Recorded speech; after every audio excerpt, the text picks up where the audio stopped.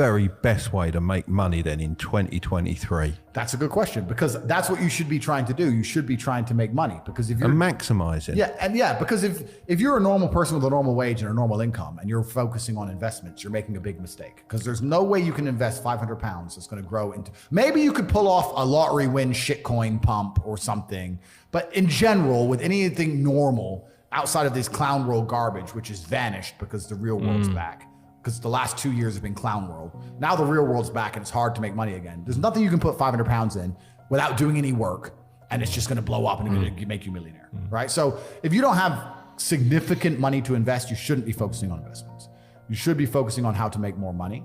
And there's lots of ways to do that. So when you say don't focus on investments, do you mean like have it in the background still and focus your main energy on making money, or not do it at all? Let's say you're a normal person, you're working a normal job, you're making $4,000 a month, and you pay all your bills and you're left with $1,000 a month. And then in your spare time, you're worried about how to spend that or how to invest that $1,000 a month. Right. I think that's a waste of time. You should be far more worried about spending your time trying to make more money. Yeah, because 100%. $1,000 a month, it's just it's not enough money. So you could invest that $1,000 in yourself. Absolutely. Invest in knowledge or something like that. But investing in a coin, like I said, unless it's a lottery win. And before I go on to answer the question, I do want to make something clear. I think the last 2 years have been a fantastic period of wealth creation.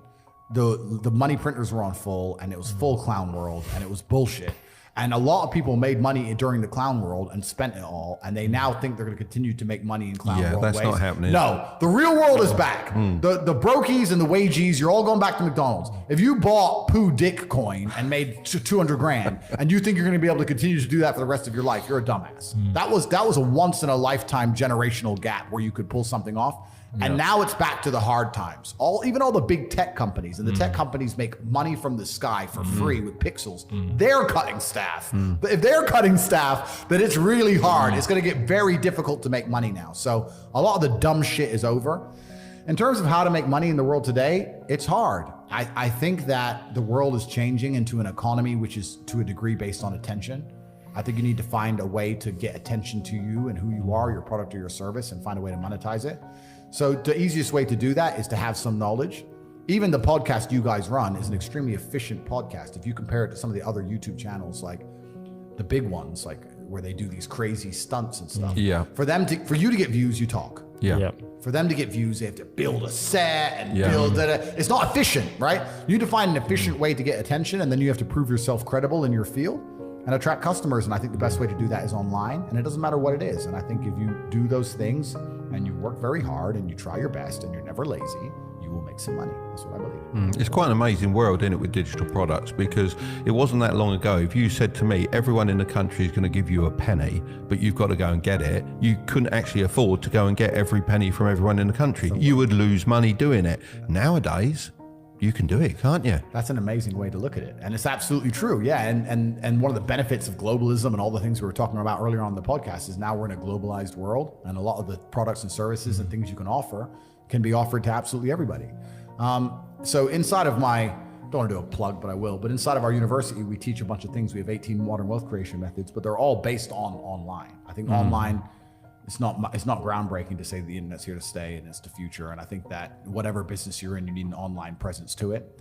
And then you have to find a way to attract attention. And the best way to do that is to come across as knowledgeable and interesting. I think that's the best way to do it. If your business isn't an online business, do you think that you have... Tell me a business that's not an online business. That is a hard one. But anymore. if it isn't purely an online business and you don't have location freedom, do you think you are actually free? Because E-Man talks a lot about footballers. They're earning a high income, but they're not actually free because they have to be somewhere at a certain time and When they're they're told what told. to do.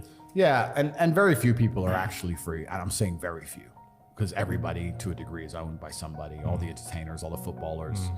And even, if you're a CEO, technically you're free, but if you're too free, your business fails. So everyone's to a degree is owned. But you've just said something that intrigued me. Let's try and think of a business that's not an online business. What's not an online business? Laying bricks. Laying bricks, building. Cutting hair.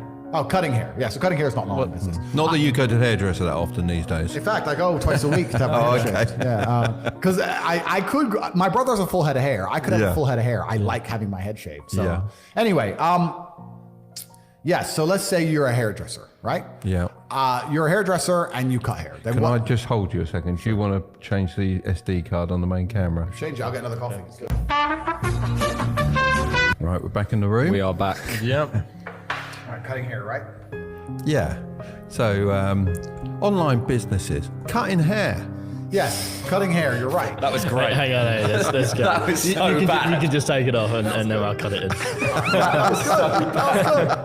Back in the room. Cutting hair. So, Good TikTok. yeah, cutting hair. So then you have to define what an online business is, because if you start attracting attention online, that could, I guess you could say it's an online business. But let's try and think about something that's purely online. You're gonna have to find a problem to solve. So if you're a hairdresser, you can either solve the problem of teaching people how to cut their own hair, which most people are probably not gonna be that interested in, or something that goes wrong with hair. So you can say, I'm a hairdresser, I've been a hairdresser for a long time. I've identified men that have male balding patterns that go wrong, or women whose hair is damaged by dye and that can go wrong, etc. I've been a hairdresser for ages. Here's my Instagram page of all the hairs I've cut, and here's the way I can help you. You can start a YouTube channel that shows all the, you can come up with some healthcare, some hair thing. You could literally get some cream from X place and add in some avocado oil, some garbage, say it helps people and say it helps their hair.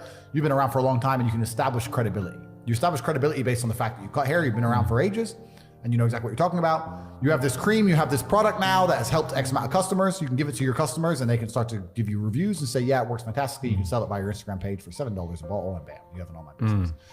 Anything can be done, right? You can forget about the manual part of the business from that So point it's about on. transitioning. It's about establishing credibility and getting attention. It's almost as well building a brand, knowing what to put into the brand and what to actually discard. Completely. If you establish credibility and you gain attention, you'll make money. So I'll give you another example. I had a friend who was a personal trainer. He used to go to the gym every day and he used to train people.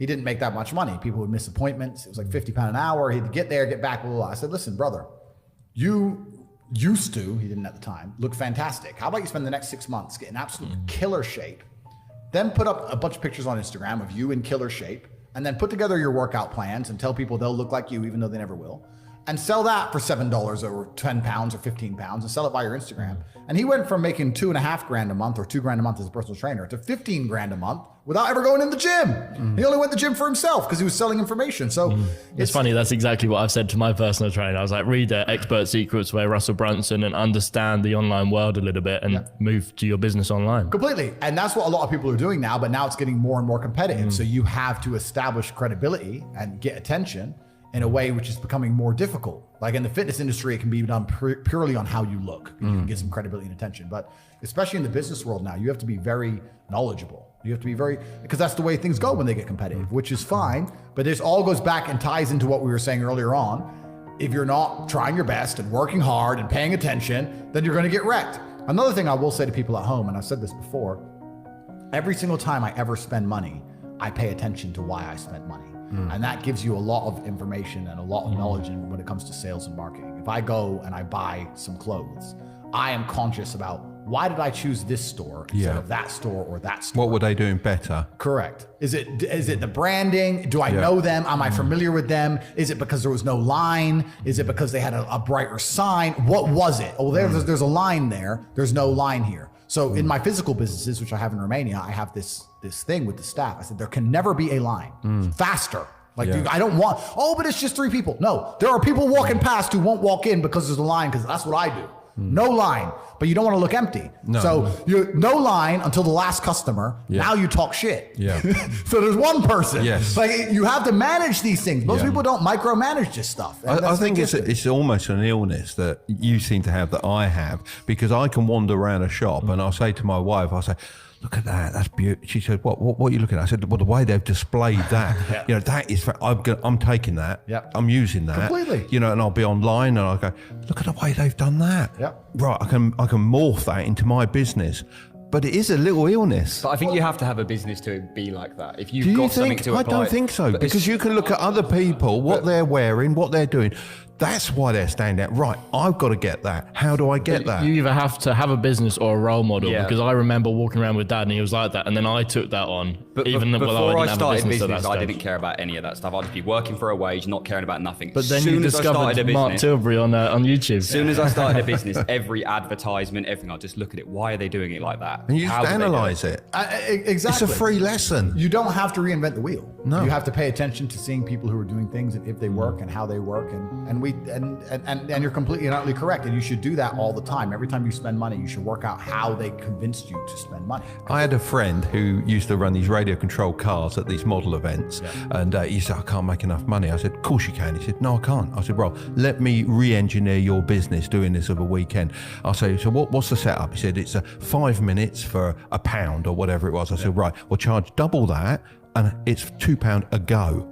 No one knows how long this go is, right? Let the queue build a little bit, but as it builds, they get less time. Yeah. It's how fun fairs have worked for years. Smart. Years. Smart. You're right. He made loads of money. Of course, you're right. You nailed it. Absolutely. And that's how things work. And it's simple things. Like I have a few physical companies, I have a few physical businesses, and it can be a simple matter of, depending on, in the business districts where there's men in suits, I have a pretty girl who's a waitress and she works there. The difference that will make to a bottom line is the dude going and flirting with this chick every lunchtime. You'd be amazed. But people don't think about these things. But even if you don't have a business, if you pay enough attention to these kind of things, you'll get business ideas. It'll inspire you. You go, you know what? If you start to really do it, you'll be around, and after a few months, you go, you know what? I can do this better than they're doing it. Because I'll take in that aspect, and they're making mistakes. I can do this better. And that's how you do it. It's all in the details. It's all in the details. That's life, right?